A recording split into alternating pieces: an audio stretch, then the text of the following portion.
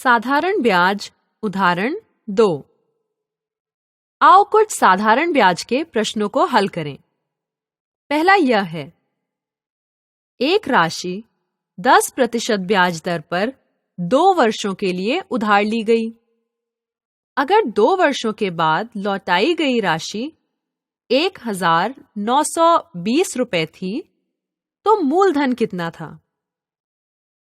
अब अगर आप इन प्रश्नों को देखें, तो यह लौटाई गई राशि अर्थात मिश्र धन के बारे में बात कर रहा है।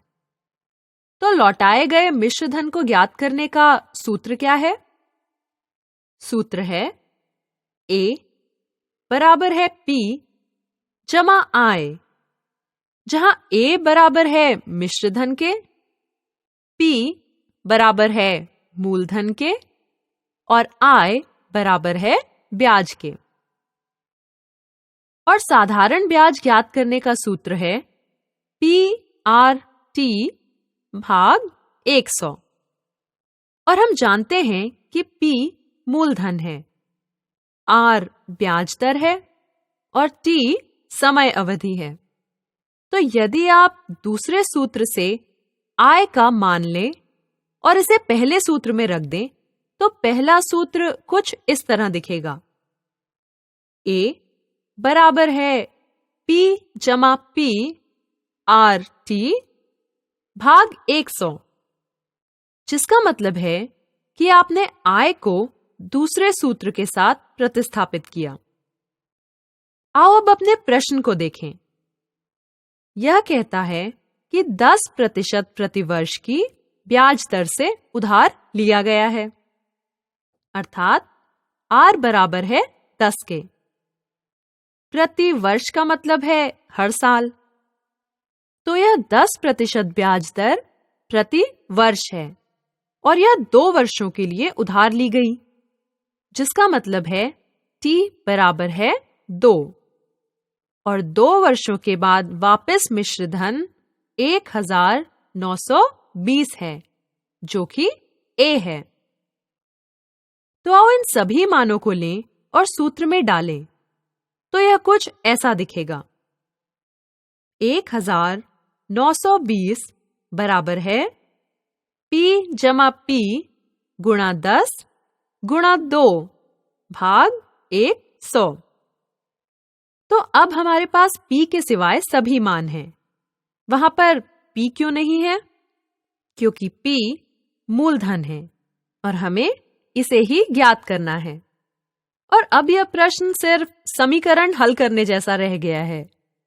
यह एक समीकरण के प्रश्न की तरह दिखता है, एक चर वाले समीकरण प्रश्न की तरह। तो अगर आप दाईं तरफ के अंश को देखें, तो यह कहता है P गुणा 10 गुणा 2। तो वास्तव में यह 10 2 बार 20 है, तो यह 20P है। तो हमें जो प्राप्त होता है वह है P जमा 20P भाग 100 बराबर 1920। मैंने यहाँ पक्षों का स्थानांतरण किया है।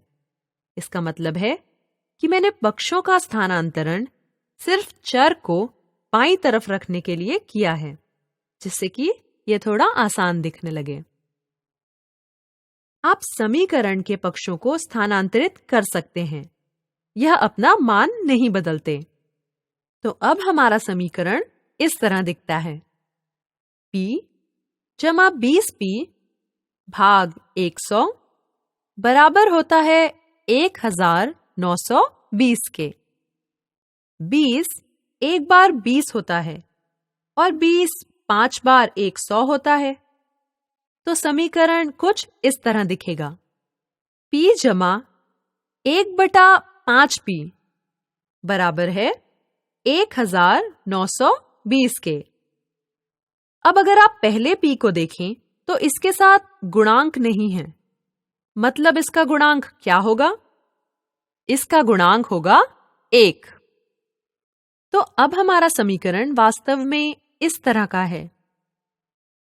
1P जमा 1/5P बराबर है 1920 के। अब आओ दोनों p को जोड़ दें, तो हमें प्राप्त होता है 1 जमा 1/5p बराबर है 1920 के। अब हम जानते हैं कि इस मिश्रित संख्या को कैसे एक अनुचित भिन्न में बदला जा सकता है। 5 एक बार 5 होते हैं, जमा 1 बराबर है 6, तो 6/5p बराबर है 1920 के।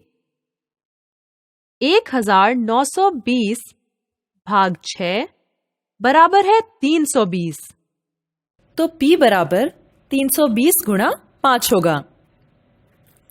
320 गुणा 5 को गुणा करने पर होता है 1600, तो मूलधन होगा 1600 रुपए।